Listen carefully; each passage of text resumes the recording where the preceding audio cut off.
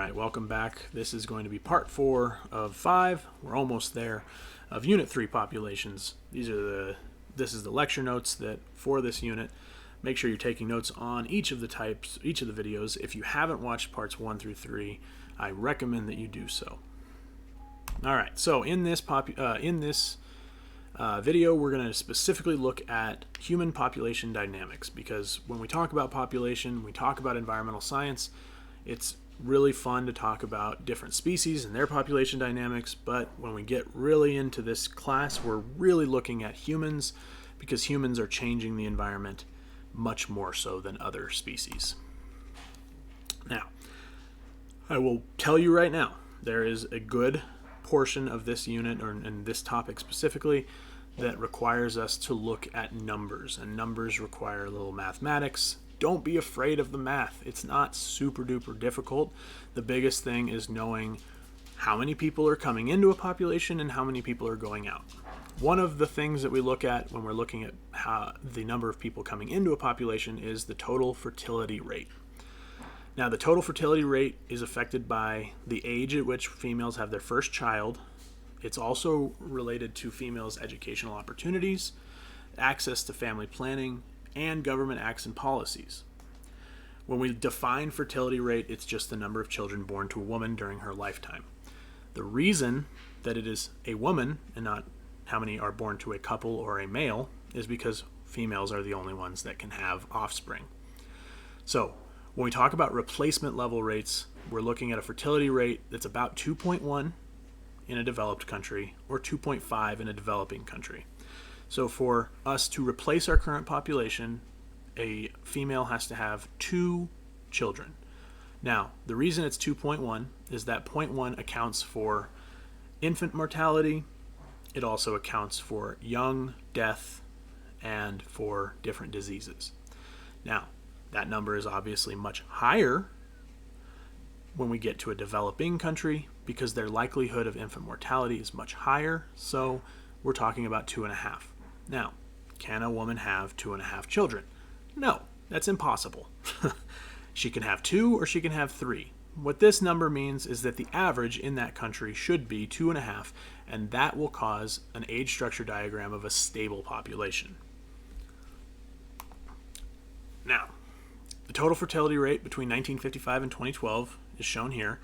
The global fertility rate dropped from 5 to 2.4. If we want to completely stop population growth, the global fertility rate would have to drop to 2.1. Now you can see on this graph, this is the United States specifically.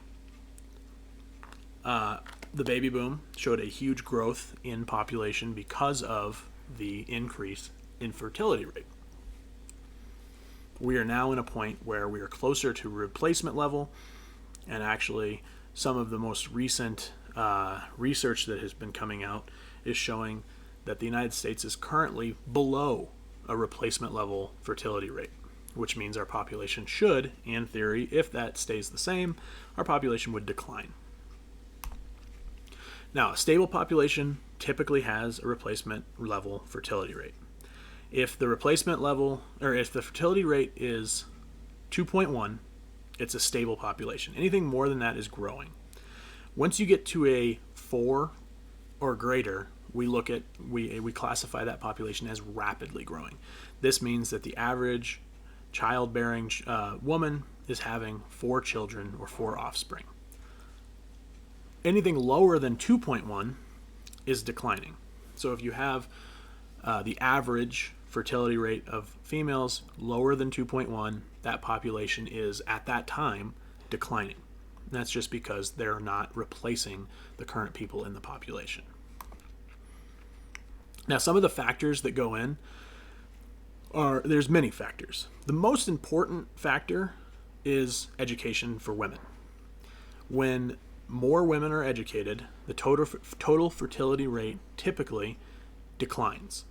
And this is just because there's more education, more acceptance, the cultural norms are different, and so you have lower total fertility rates. Women that have more education are typically able to make their own decisions. They typically don't have children at younger ages, and so you usually see a lower fertility rate. Now, infant mortality is also really important because this is affected by the mother's access to good health care and nutrition. We have noticed that since 1915, there has been a rapid decrease in infant mortality rate. Now, if the infant mortality rate is dropping, then the population is more likely to grow, which is good. We don't want to have a high infant mortality rate, I hope, all right? This is just showing you that since 1915 in the United States, the infant mortality rate has dropped rapidly. Now, this is because of better healthcare, better nutrition, and better education. We in the United States since 1915 have much better healthcare, much better. All of these factors are so much better, and that's why the infant mortality rate has dropped. Now, human population in particular, we've seen this graph before. We have to look at this graph because it's a really, really important. It's really important for us to understand that we have our own growth curve. We do, and for thousands and thousands and thousands of years, millions of years, our population has been relatively small. Relatively. You can see on this graph, the Black Plague was a drop. This is a bottleneck. When a population drops so far that it's almost nearing extinction, but there's a recovery. What's kind of alarming is how rapidly we are now growing. Because we are seeing in this population, in 2011, there were 7 billion people. Now, in 1960, it was a big thing that they had hit 3 billion people. They had gone from 1 billion in 1800 to 3 billion in 1960, 160 years. It only took 30 years to get the most recent billion. It took another 14 years to get another billion. And then another 13 years to get another billion. 12 years to get another billion. 12 years to get another billion. We are now at a point where we're actually going to see 8 billion people much quicker than another 12 years. Well, not much quicker. We're looking at 8 billion people in the next couple of years.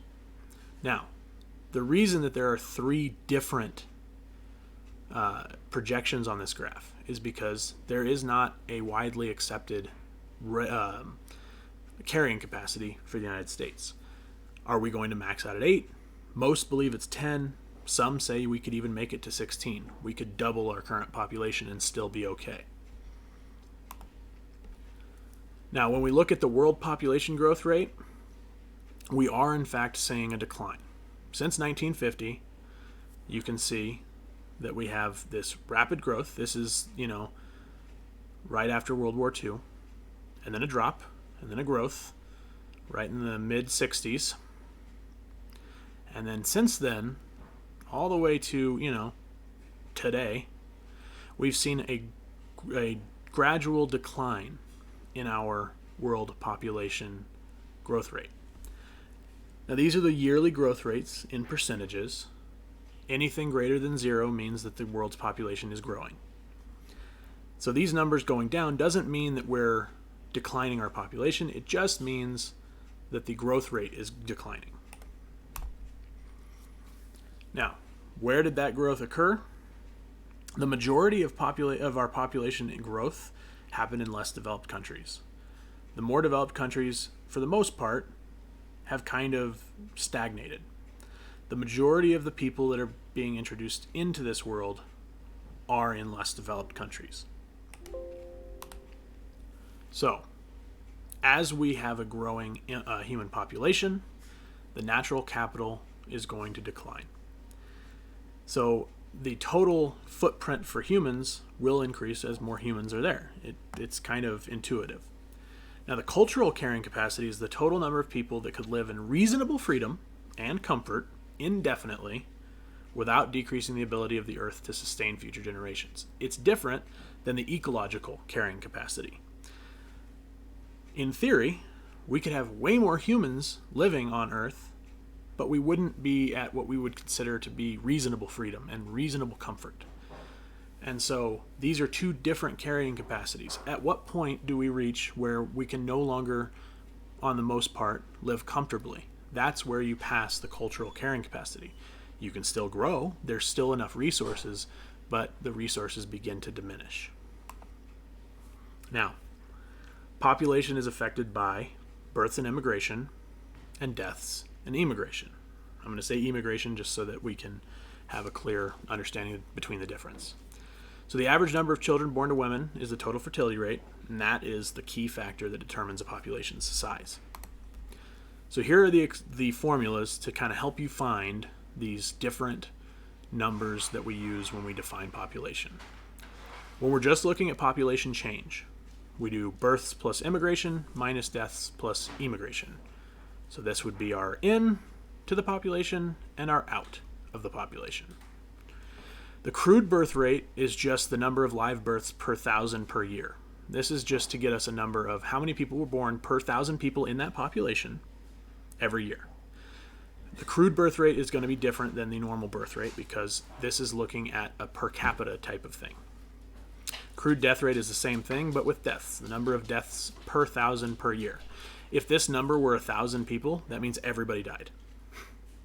So, if we had 1,000 people in our population and 5 people died, the crude death rate would be 5 people. So you'd have 5 deaths per 1,000 people every year. We also remember the rule of 70. The rule of 70 says that if you take the growth rate in percentage and take 70 divided by that, you can find out how quickly a population will double. For example, if I have a population of, say, 9 million, and I want to know how quickly they're going to double to 18 million, I need to know the growth rate. Let's say this population is growing at a fairly low 1.3%.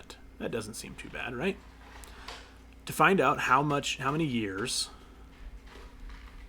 to get from 9 to 18, I just take 70 divided by 1.3. That's all there is to it. I'll get my calculator. Hopefully you already did this in your head because you're just so smart, or you put it into your calculator because you're more prepared. 70 divided by 1.3 would give us 53.8 years. So that means that a population has a growth rate of 1.3%. We assume that growth rate stays the same. After 53.8 years, that population of 9 million will become 18 million if the growth rate stays the same. Now, if we go back and remember looking at the world population, currently the world population growth rate in 2019 is right about here, which is about 1. So it's actually pretty easy to do the math on this problem, I hope, for you. Because in this graph, we're looking at our current population of about 7.6 billion, a growth rate of 1%. Using the rule of 70, 70 divided by 1% is going to take us to 14 billion in 70 years. 14 billion. That is a lot of people. We can also look at past population growth rates. For instance, when we look at our population in 1960 was 3, and it doubled in 39 years to 6 billion. So it went from 3 to 6 billion in 39 years. That means that we have 39 years would equal our 70 divided by the growth rate. And I can solve this for growth rate. 70 divided by the 39 years is going to give me my growth rate in percentage. And so this would tell us in that period our average growth rate, 70 divided by 39, was 1.79%. So on average, from 1960 to 1999, the world growth rate was 1.79%. Now, when we look at factors that affect birth rates and fertility rates, these are some of the factors that affect those birth rates. If children are part of the labor force, you're going to have a higher death rate, but you're also going to have an increased birth rate because families will have more children in order to be able to have them work to keep the family alive. The cost of raising and educating children also affects these. How much of a pension is available if people are able to retire. The urbanization, of course, the educational and employment opportunities for women. Remember, that's the most important factor. There's a book that has 100 different factors that are related to population. And the number one factor is education for women. It's also affected by the average age of a woman at marriage. A woman that is married younger has more children. The availability of legal abortions also affects these rates. The availability of reliable birth control, and religious beliefs, traditions, and cultural norms. All of these affect the birth rate and the fertility rate of a population. As far as a death rate goes, all we really look at is life expectancy, the infant mortality rate, which is just the number of live births that die in their first year. That's essentially it. So high infant mortality rate typically tells us that there's not enough food, there's poor nutrition, and that there's a high incidence of infectious diseases. High infant mortality rates are usually going to be found in less developed countries. Hey, look, this is our graph of mortality rate, infant mortality rate in the world, less developed countries and more developed countries. And remember, we talked about since 1915, the infant mortality rate has declined rapidly. Now, for more developed countries, it wasn't super high as it was. Now, this is going to be the infant mortality rate in a crude way, meaning it's per 1,000 live births. But you can still see that even though the world's infant mortality rate and the more developed countries' infant mortality rate, everything is going down, even less developed countries. Less developed countries are still going to be higher than the world's population, or the world's rate, but they all are declining. And what this means is we are going to see an increase in population because the likelihood of infants to survive is going to continue to increase. We also know that migration affects an area's population. Migration is just the movement of people in and out of a specific geographic area. There's many causes: economic improvement, religious and political freedom, and wars. We also have environmental refugees. And this is a newer migration form because as climate change affects the world more and more, there are going to be more people leaving areas that are more affected by climate change. And this will cause increase in population in different areas. Now, Malthusian, Thomas Robert Malthus, was the one that theorized it, and he says that if you have an excessive population growth, there are many dangers associated. And the reason he says this is because that population growth is more of an exponential growth, and it grows rapidly. But resources, food production, can only grow in a linear or arithmetically way. So there are specific points in time at which we can increase the amount of resources available, like food, but a population is going to grow exponentially. And at some point, he called it the point of crisis, the population will surpass the amount of resources available because the resources available cannot be matched to the growth rate of a population. Now, growth rate is also affected by density-independent variables and density-dependent variables. So density-independent variables just means that when there's less people living in an area, these are factors that don't matter how many people live in the area, right? So if we're looking at a population that's very high, like in Hong Kong, many people live there, you're going to have density-dependent factors that can affect them, but also density-independent. A density-independent factor can affect any population regardless of how many people live there. These are storms, fires, heat waves, or droughts. These are natural disasters. Density-dependent factors would be clean water, food availability, air, disease transmission, or just overall size of the territory. As you have a higher density of people, you're going to see a higher amount of factors that can cause drops or declines in those populations. So that is the end of part 4. Obviously, probably the longest video, but it is probably one of the more important videos because we're talking about human population dynamics now. Make sure to check out part 5, the last part of this for Unit 3.